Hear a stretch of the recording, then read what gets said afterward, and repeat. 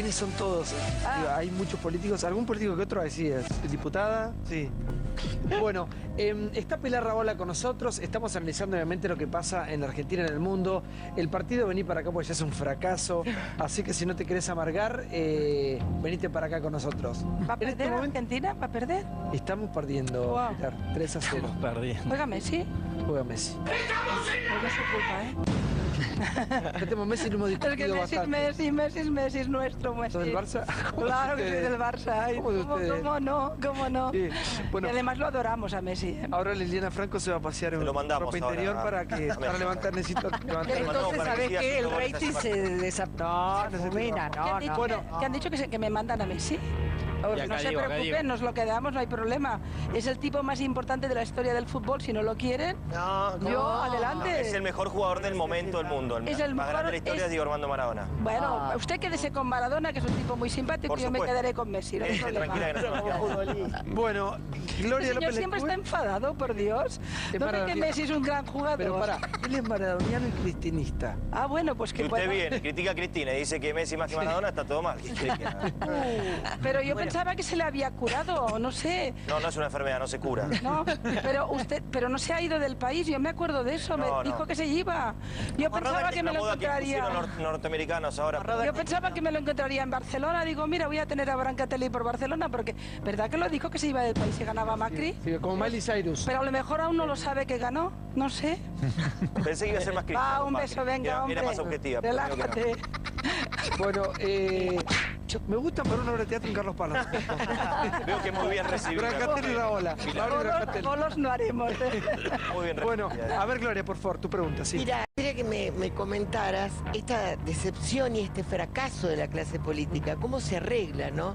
Porque más que un servicio, es un negocio ser político, ser funcionario del Estado. Mira, la crisis de lo que se llama en Europa, no sé si aquí utilizáis el mismo término, la vieja política, porque ya se ha instalado ese concepto en el relato político, que es los partidos tradicionales, el establishment, las democracias cerradas que tienen poca democracia interna.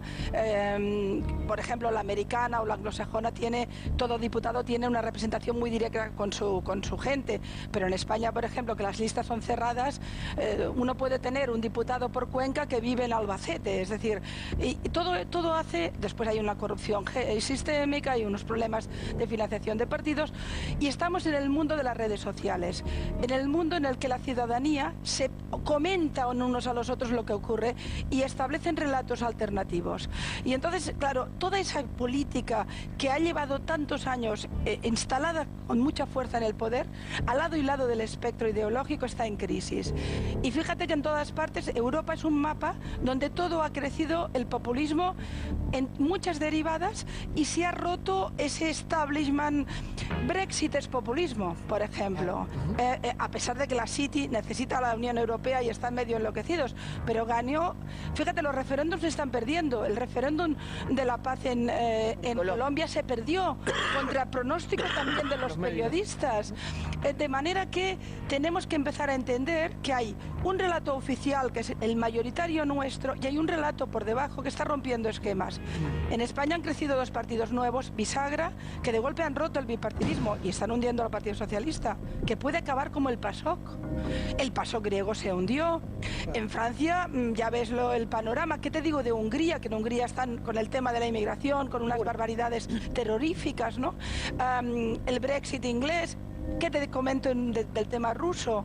Con lo cual, ciertamente, yo creo que en Argentina esto aún no está pasando, esto es distinto, o puede que tenga una clave distinta, pero pasó con el eje bolivariano, más populismo que es exacerbado y absolutamente simplista y demagógico. ¿No te preocupa mucho la situación que está pasando en este momento en Venezuela? Porque la verdad que lo que uno puede leer o lo que uno puede ver es angustiante. Sí, pero Venezuela, yo tengo la convicción y la someto a la posibilidad del error de que también todo el relato bolivariano está en caída libre. y que esto está a punto de cambiar de paradigma, de cambiar de ahí que yo crea que, por ejemplo, es el momento de que Argentina instale el relato en Latinoamérica como relato central. Creo que es el gran momento para Argentina. Si ustedes se fijan en toda Latinoamérica hay un vacío de relato. ¿Quién está liderando el discurso sobre lo que tiene que ser Latinoamérica? Brasil está muy complicada porque tiene una crisis institucional, política, económica muy importante y no es su momento. Y el gran país es Argentina. Y ahora que hay un momento de estabilidad y al menos desde fuera, puede que haya algunos desde dentro que no, pero desde fuera se lo ve como muy sólido. Igual todavía hay números que no tenemos resueltos. No, ni la pobreza, ninguna duda. Bueno, pero claro, la herencia también es muy pesada. Esto no se arregla en un día y medio. Es posible que que no vaya bien. Es posible que Macri lo haga mal. O sea, todo es posible en política, solo faltaría. Y si lo hace mal hay que reaccionar duramente. Pero Argentina como país, lo que respiramos desde fuera es que de golpe se ha puesto muy bien en el mundo. Tiene un problema económico por resolver muy serio, tiene un problema sin duda de consolidación de los estamentos del Estado de Derecho, pero la República está ahí. Y ahora, si tú miras el panorama mundial, te hablo de las democracias, no te hablo de las dictaduras del petrodólar ni esta locura, de las democracias, ¿quién es el estadista que domina el relato mundial? No hay nadie. Hay un agujero negro absoluto. Quien se ponga el primero en empezar a decir cosas importantes en el mundo se va a convertir en Churchill o quizá en un Mitterrand. Y yo creo que ahí hay un momento argentino importante. Sí, que está vacante ese lugar. Está vacante. En este momento. Y en Latinoamérica, que te cuento, el relato bolivariano fue importante. Pero se ha roto. Que alguien lo ocupe. Pero perdón, Pilar, si el mundo te está demostrando que la política que gana es la política espectáculo, ¿cómo vamos a esperar un Churchill o un Mitterrand? Pero quizá hay que construirlo. Digamos, y cada vez los políticos leen menos y les interesa menos tener una opción de economía mundial. Pero tienes toda la razón. Es decir, yo creo que estamos en un momento muy complicado para la política estándar, pero también para la consolidación de las democracias. Yo soy de los que piensan, desgraciadamente, que la democracia no está de moda y tampoco lo está la libertad. Más bien lo que está de moda es el control de la política, el control de la ciudadanía, el control de la libertad de expresión y repito nuevamente, y eso se da en derechas y en izquierdas, hay de todo en botica. No está de moda porque por un lado las potencias emergentes más importantes son dictaduras brutales pero cargadas de dinero y por tanto todos a poner la manita, y del otro las democracias están teniendo una presión en sus fisuras que alimentan estos nuevos personajes que viven a caballo de la audiencia televisiva, a caballo de la boca gruesa y de la pancartita, ¿no? Es evidente que no es un buen momento para la política real. Esto es la antipolítica, gana la antipolítica. Pero es el mundo que tenemos, ¿eh? Sí, doctora, por favor. No sé muy bien qué preguntarle porque no soy periodista. Tal vez una reflexión con esto último que usted planteaba. Roberto Gargarella, que es un jurista y sociólogo argentino, habla últimamente de lo que él denomina el déficit democrático, ¿no?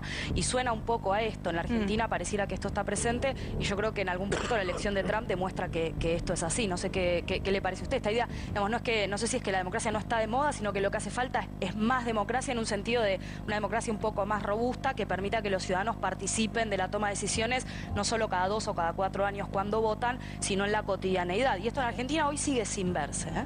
Sí, pero fíjate que cuando la ciudadanía participa masivamente no nos gusta, porque los americanos han participado.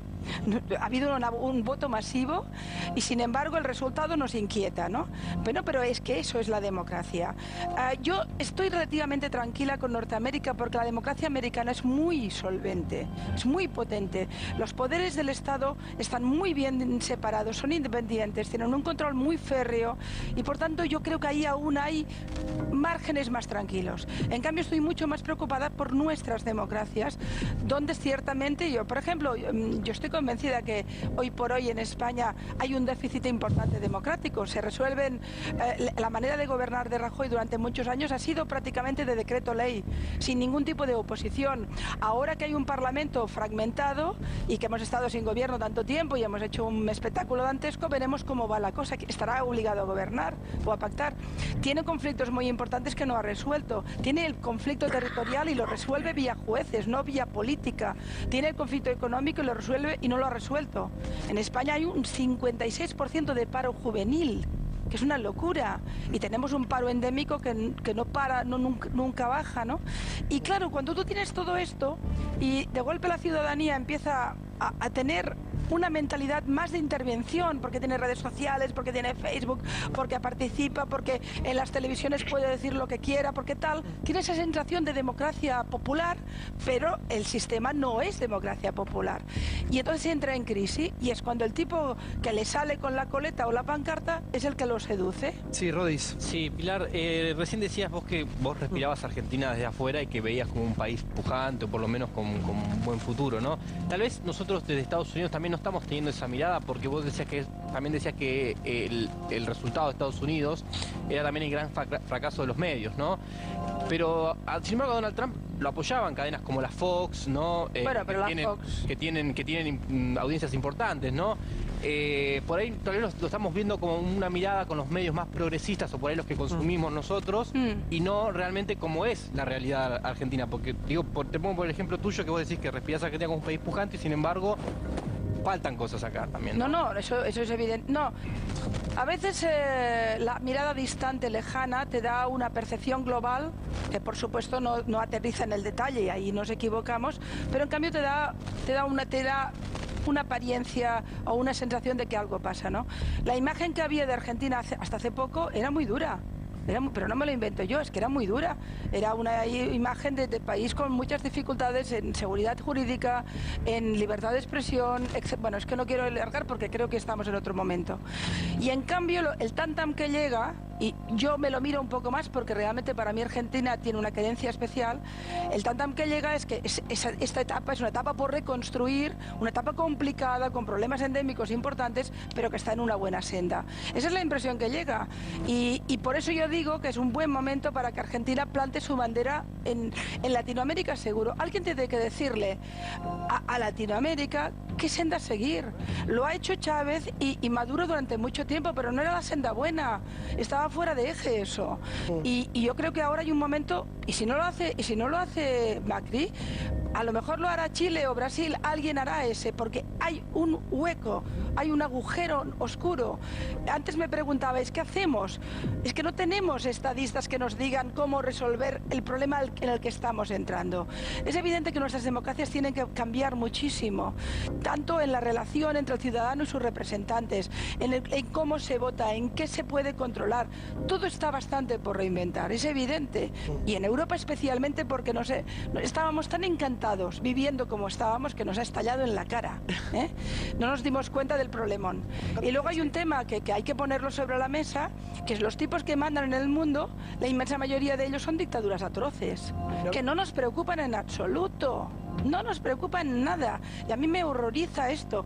A mí me ha horrorizado una cosa que ha hecho el gobierno argentino, que a mí me ha dejado bastante enfadada, que ha sido puede que parezca una tontería, que ha sido la resolución de la UNESCO. ¿Eh? Pero tampoco puede culpar a Argentina porque lo ha hecho todo el mundo, es decir, que no solo Argentina, lo ha hecho España, lo ha hecho Italia, lo ha hecho Francia. ¿Qué es esto? Por si alguien no lo conoce.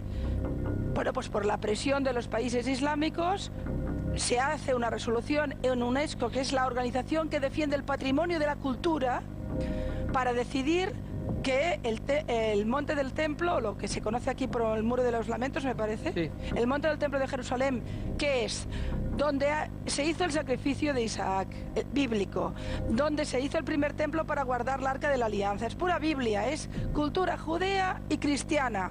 Es 2.000 años, 500 años de historia, 2.500 años. La UNESCO ha decidido que solo es del Islam.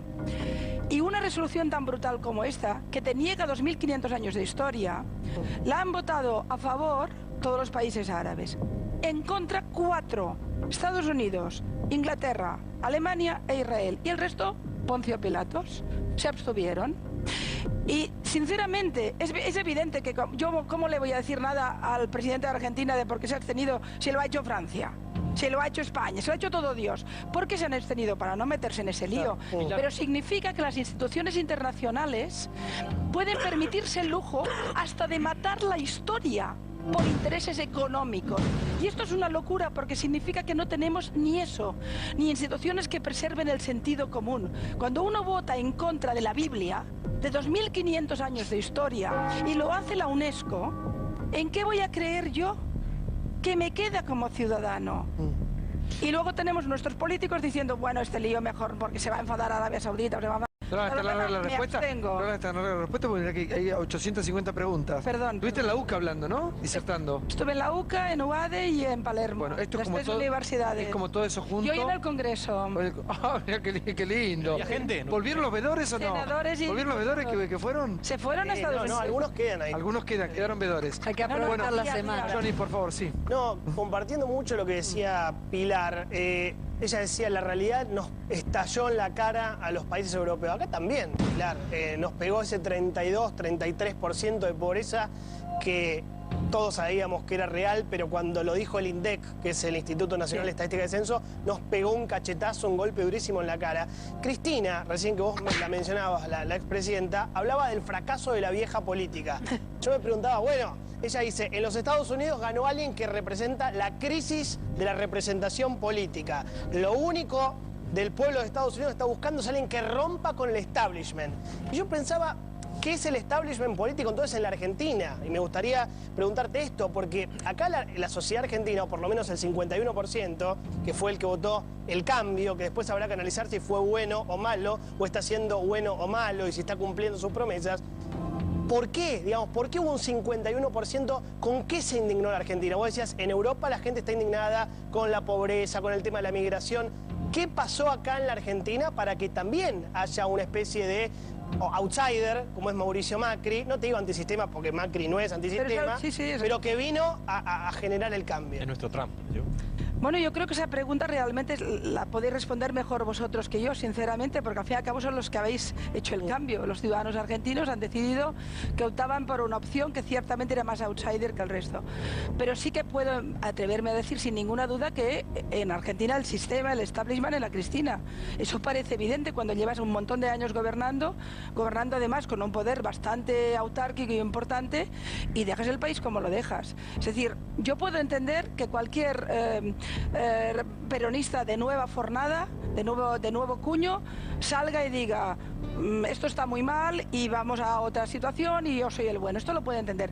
Pero alguien que ha estado gobernando y que te deja esas cifras, es que es puro establishment. Es decir, claro, la idea de la antipolítica o la idea del outsider o la idea del personaje fuera del sistema no siempre es de izquierdas o de derechas. Claro. Es sencillamente en función de cómo es el sistema. El sistema aquí era populista y apareció un tipo que cambió las reglas, y mañana a lo mejor, si no funciona, aparecerá otra vez una Cristina y lo volverá a cambiar, porque así funciona en realidad el juego y la relación entre el ciudadano y el político. Lo que tienen que entender nuestros políticos es que esto ya cambió, ya no hay mesías.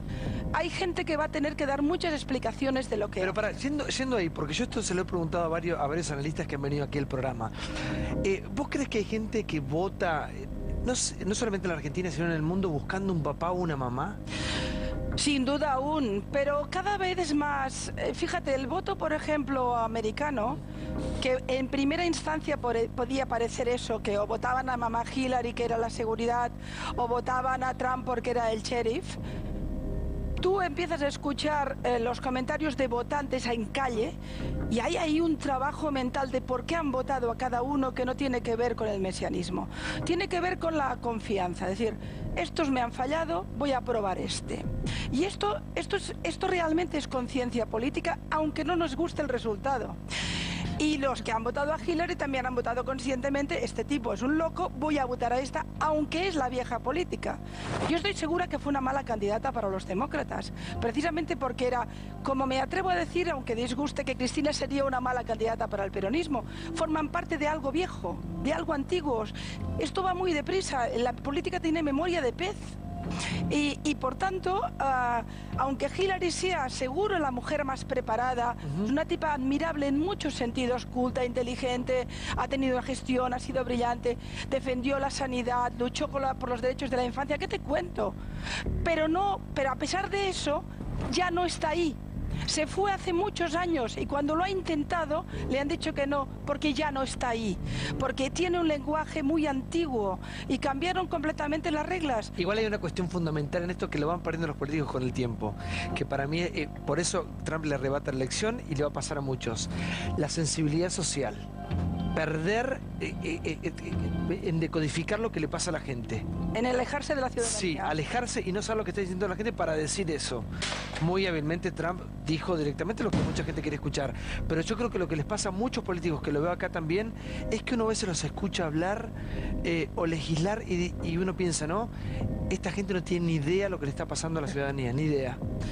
Pues cuando más imagen de lejanía, menos carrera política van a tener. Esto es evidente porque y los estrategas políticos de los diferentes partidos que empiecen a estudiar lo que ha ocurrido en América y lo que está ocurriendo en Europa para empezar a cambiar las claves. Probablemente hay que empezar a dar paquetes de reforzamiento democrático para darle a la ciudadanía más papel y más voz.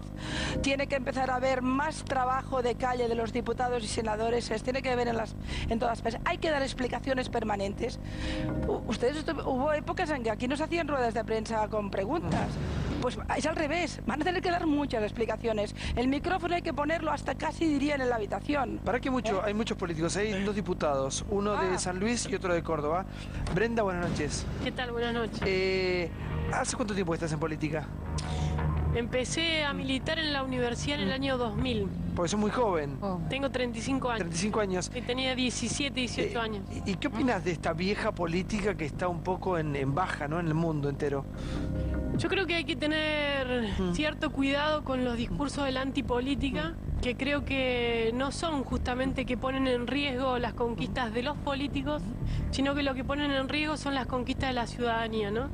Y yo pensaba cuando veíamos los resultados de Trump y recién cuando conversaban, que el problema quizás no sea lo que le va a pasar en el futuro a los Estados Unidos, porque justamente es una democracia fuerte, que tiene sus propios sistemas de contrapeso, sino que lo preocupante es que haya ganado alguien que dijo las cosas que dijo Trump, ¿no? Alguien, una persona misógina, racista, xenófoba, y que la ciudadanía haya mostrado que sus niveles de tolerancia son capaces de llegar hasta ahí, ¿no?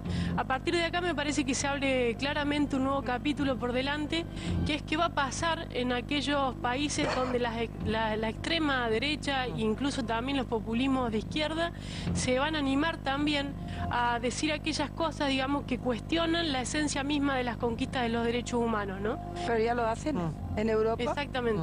Yo creo que esto, digamos, lo que muestra es justamente que eso es un buen negocio en términos de ganar una elección y que me parece que lo que tenemos que hacer es justamente consolidar las democracias, consolidar las instituciones, fortalecer la participación ciudadana. Coincido con el diagnóstico.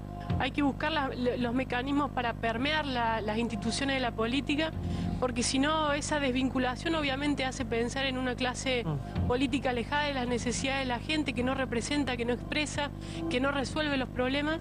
Y creo que el desafío que tenemos, pero no por la clase política, sino por nuestras democracias y por lo que le costó al mundo conseguirlas, es justamente poder superarlo. ¿Pilar? Estoy de acuerdo, absolutamente. Lo que ocurre es que estoy pensando que nos estamos dando cuenta ahora del fenómeno, pero ¿qué fue Hugo Chávez? Fue eso. Que fue Maduro también. Es decir, a veces es más fácil ver a Marine Le Pen y decir, es terrible. Bueno, pero la diferencia entre Marine Le Pen en el lado derecho y un Chávez en el lado izquierdo, vendiendo la misma basura demagógica, mintiendo a la ciudadanía y no resolviendo ni un solo problema, sí es la misma al final, ¿no? Quiero decir que el fenómeno hace tiempo que está creciendo. Lo que ocurre es que cuando es de izquierdas lo vemos menos, porque queda mejor. Pero en realidad continúa siendo un problema muy serio. Tú decías qué pasará cuando lo que dice Trump lo digan en otras partes. Yo ya lo he oído. Yo ya he oído eso. Todo el crecimiento de la extrema derecha en Francia tiene que ver con el racismo y con la xenofobia. Hay un neonazi que está a punto de ser primer ministro de Austria. Claro.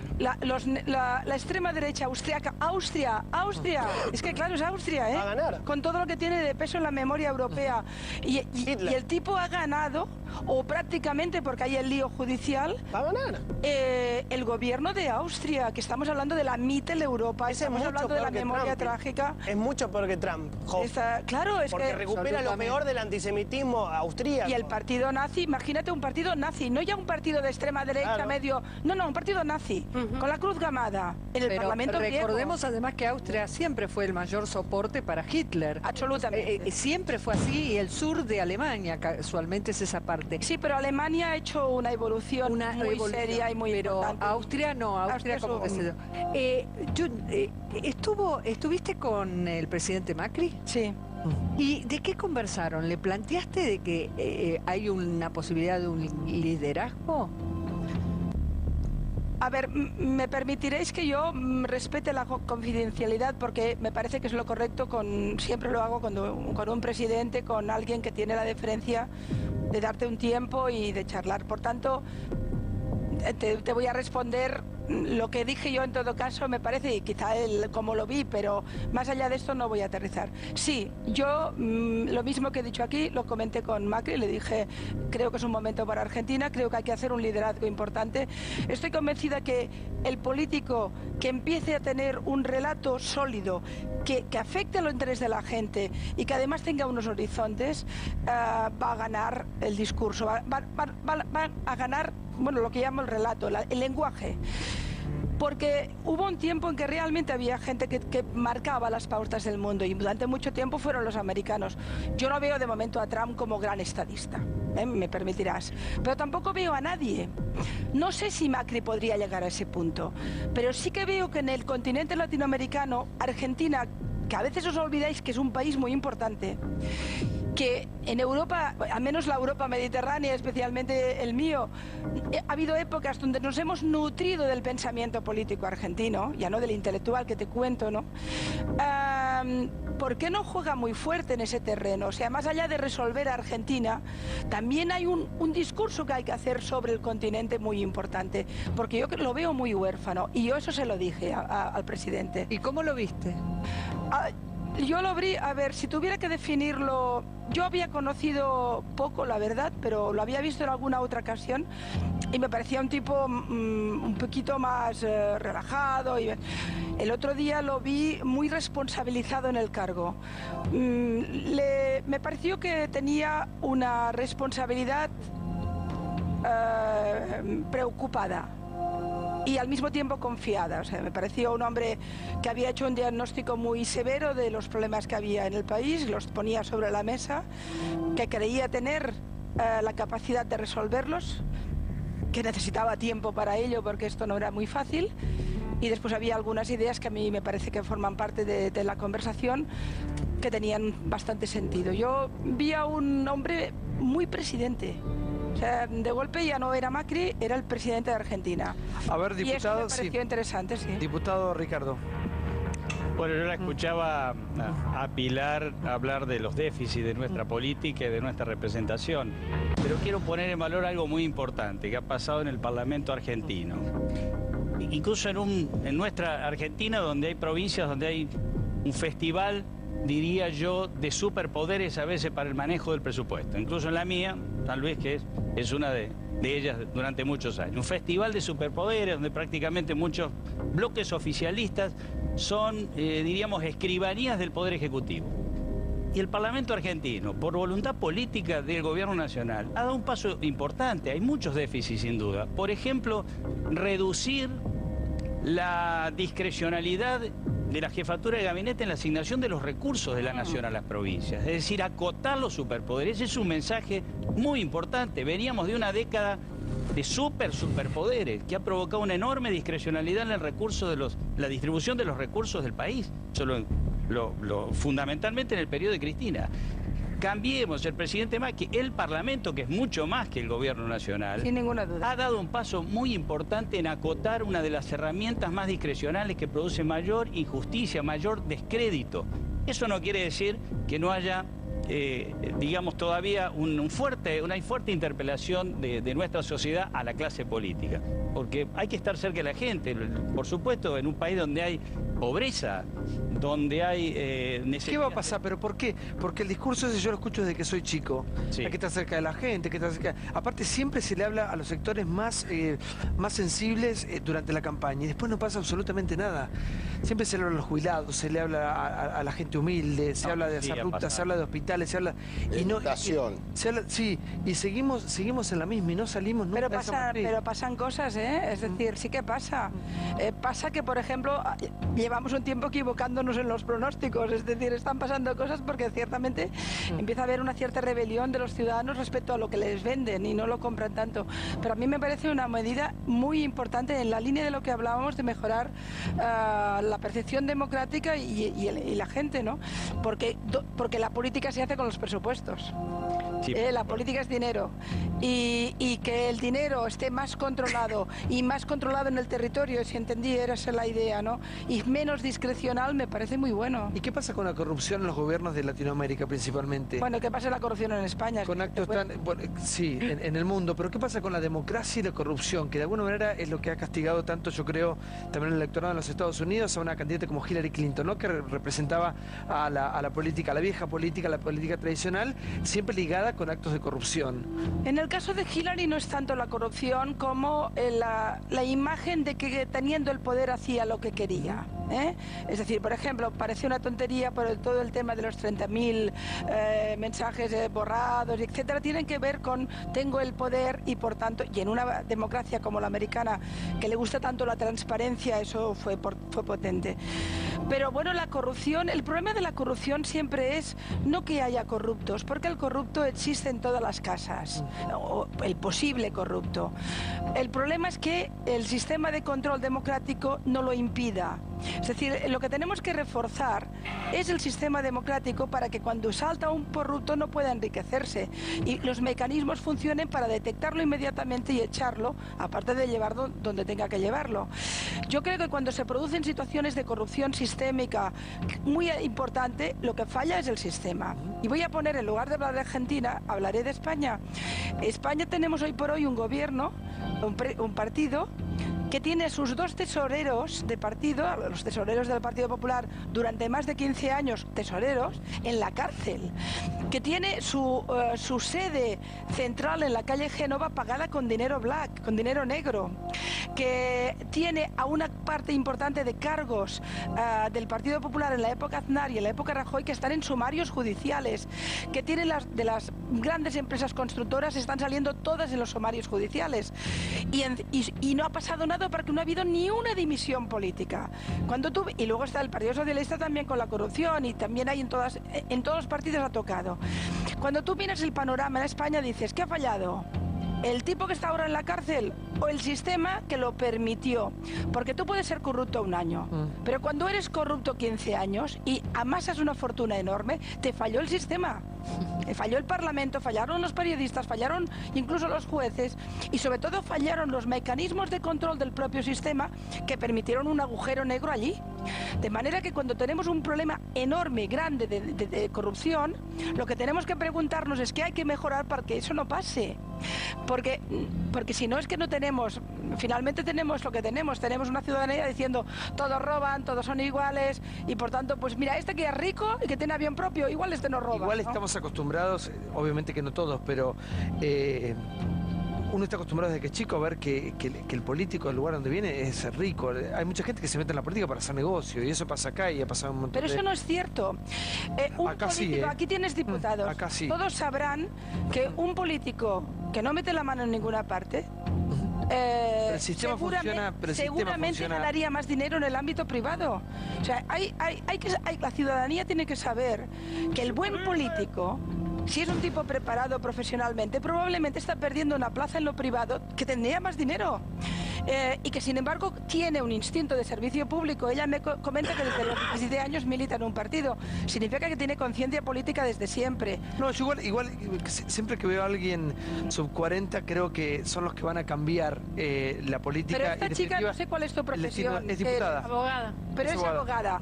Una abogada de prestigio, una abogada potente, desde luego tiene un sueldo infinitamente más importante del que tendrá como diputada. Yo lo que te digo una cosa, mira, Pilar, acá no te... A no ser que, claro, acá en Argentina no se acá en Argentina, explíquele cómo, mira, se ríen todos. No, acá no... Justo acá no. Sos una abogada exitosa, puede ser. Sí, bueno, justo dijiste una profesión bastante... Bueno, pero yo al menos ahí sí que puedo hablar por mi país. Evidentemente hay gente que entra en política porque se coloca y se queda toda la vida y están 30 años de diputados y les va bien.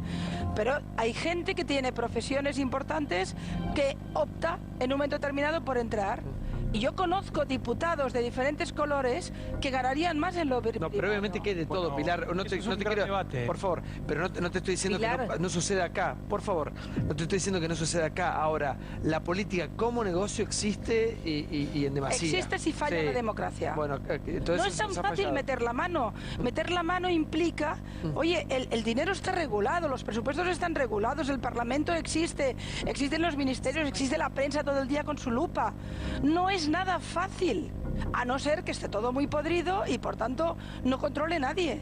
Pero empezar a llenar la maleta con el dinero público o con el tráfico de influencias es porque te falla el sistema. Eso recién pasó ahora. Pero con Felipe González me parece... Eso recién pasó en los últimos meses en la Argentina. Todo eso que vos estás diciendo de que la prensa le puso un ojo crítico a la cuestión de la corrupción, el tema de la lupa, salvo con el menemismo, que hay que decir que había una prensa pero muy sectorizada, que sí que estaba en el minuto a minuto de la corrupción menemista. Hubo muchos años acá en la Argentina, entre el 2003, me animo a decir, hasta los últimos años del kirchnerismo, que no pasó nada. De pronto, al bajar el telón del kirchnerismo, empezó a brotar lo que fue una matriz de corrupción, Pilar, que seguramente vos conocés perfectamente, que fue la obra pública, los subsidios al transporte. Pero digo, hasta hace muy poco tiempo, en la Argentina se hablaba poco de corrupción. ¿Y por qué? No, eso no es así. Pero en eso digo, perdón, me parece que lo primero que hay que lograr es que el Poder Judicial le pierda el miedo al poder. Pero acá es decir, que realmente se logre esa estructura. En segundo lugar, generar los mecanismos para... De una. Señor, a ver, sí, Campolongo, sí. No, ¿me permitís hacer un breve comentario para dejarle muy interesante? Me gusta la pasión que pone, hay muchas cosas que disiento con usted, por supuesto, con todo respeto. Yo creo que en Estados Unidos se termina un ciclo que va más allá del ciclo Obama. Es el ciclo, yo diría, Reagan, Bush, Clinton, Washington. Porque ese hombre viene por fuera de Washington. ¿Sí? Y no es un dato menor, hay que verlo, hay que dejarlo andar. Obviamente, comparto con usted, miremos la historia de Estados Unidos. ¿Dónde está Jefferson, Madison, Washington? Digo, y cuando la inteligencia colectiva desaparece, tarda a veces siglos en volver, porque no es una cuestión individual, es una creación colectiva de lo sociopolítico. Ya voy a la pregunta que le quiero hacer. Permítame, son las reflexiones que usted me disparó con su... Vamos, Campo, que somos ahí 10.000. Sí, pero fui económico. Ahora, me parece que en un punto centramos en el liderazgo, ¿sí?, de este hombre, de Trump. Y entonces ahí nos quedamos con la lógica del espectáculo, ¿sí? No vamos a la consideración de sistema, la ausencia de lo que usted dijo, de la ausencia y debilidad del pensamiento político contemporáneo, que esto es gravísimo. Entonces vamos con los eslogans, las frases, los flashes. La pregunta concreta, porque me corre el señor conductor, más allá de que me gustaría discutir del populismo y de muchas de las cosas que dijo, le preguntaría cómo, y yo soy un admirador de Victoria Camps y de La Cortina, te aviso, que usted las debe conocer. Sí, tanto. ¿Cómo hace usted para encajar la especulación, que es otra forma de corrupción, del sistema financiero global? ¿Cómo lo pone en caja? ¿Cómo lo pongo? Bueno.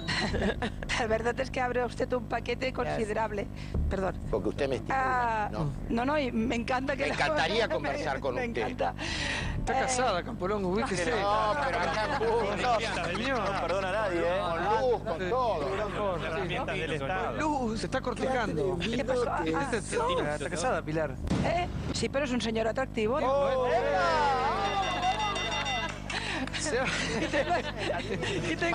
Más que Felipe, soy más que Felipe. Me temo que sí. Y no tengo la guita de Felipe. Sí, me gusta la pareja, Y tengo el marido en Barcelona, o sea que de momento está lejos. Les encargo les encargo un cachorrito, Primero. Ay, madre mía. Pasó este momento. Perdone la broma. Adelante. Sin ninguna...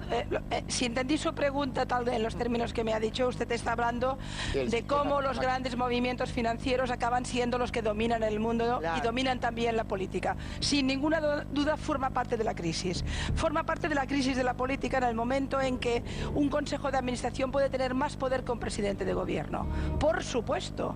Y tampoco en eso tenemos un relato, porque los relatos que han surgido contra eso muy a menudo han sido de la pancarta, pero no de la complejidad, porque al final nosotros nos movemos por el libre mercado, tenemos que encontrar la manera de acotar el libre mercado para que no se convierta en voraz y nos destroce, pero tampoco tenemos ahí un discurso sólido ni en lo político ni en lo intelectual. Es que quizá lo que hay que decir, yo tengo la sensación, no sé si es exagerada, viviendo en Europa, de que estoy en la Europa de los años 30 en muchos sentidos.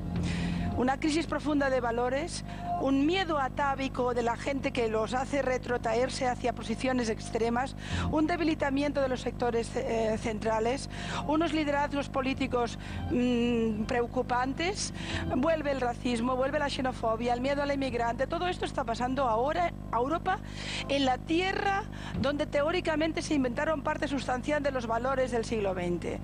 Y por tanto, claro, cuando vengo aquí, puede que hable de Argentina, pero les aseguro que Argentina me preocupa en estos momentos mucho menos de lo que me está preocupando el continente globalmente, porque Europa ya no es un referente de nada y no encontramos el relato intelectual donde están los Habermas, es decir, por poner a alguien importante, ¿eh? ¿Dónde están los grandes intelectuales que van a marcar el curso? ¿Dónde están los estadistas? Yo es que ya me conformo con un Mitterrand. Mira que en su momento habría dicho cosas. Me conformo con uno de estos que el tipo hablaba y lo escuchábamos, ¿no? No está, no hay nadie, no hay nadie. Y entonces, al final, ¿quién manda? Oye, ¿qué ha pasado en Europa? Putin movía sus avioncitos y se fue a Ucrania. Y lo miramos, uy, ¿qué pasó con Rusia? Y luego se quedó Crimea. Y nosotros calladitos. El alma rusa que cuando se despierta, decía Tolstoy, tiembla, ¿no? ¿Y qué ha pasado con Turquía? Turquía es terrorífico. Turquía ha expulsado a miles de funcionarios ante nuestras narices. Tiene encarcelados a los disidentes, está masacrando a los kurdos, ha despedido a centenares de militares demócratas. Está haciendo un golpe de Estado blanco a un país tan importante y a una democracia tan sólida como la turca. Y la tenemos ahí, ¿eh? ¿Y qué hemos hecho con ellos? Les hemos perdonado todo. Han traficado con el petróleo en el mercado negro del ISIS. Han dejado que la frontera fuera porosa. Han sido aliados nuestros y vete a saber qué más. Y les hemos dado la llave de los refugiados. Miles y miles de personas huyendo de la muerte, desesperadas, que hemos decidido que no entraban y hemos dicho, ahí, metiditos, y te damos dinero, Erdogan, para que hagas con ellos lo que quieras. Lo que está pasando en Europa es una crisis de valores tan profunda que al final, de verdad, que al final ves a Trump y dices, bueno, es que forma parte de todo, de todo ¿no? esto. Brancatelli, por favor, sí. Pilar, qué interesante escuchar.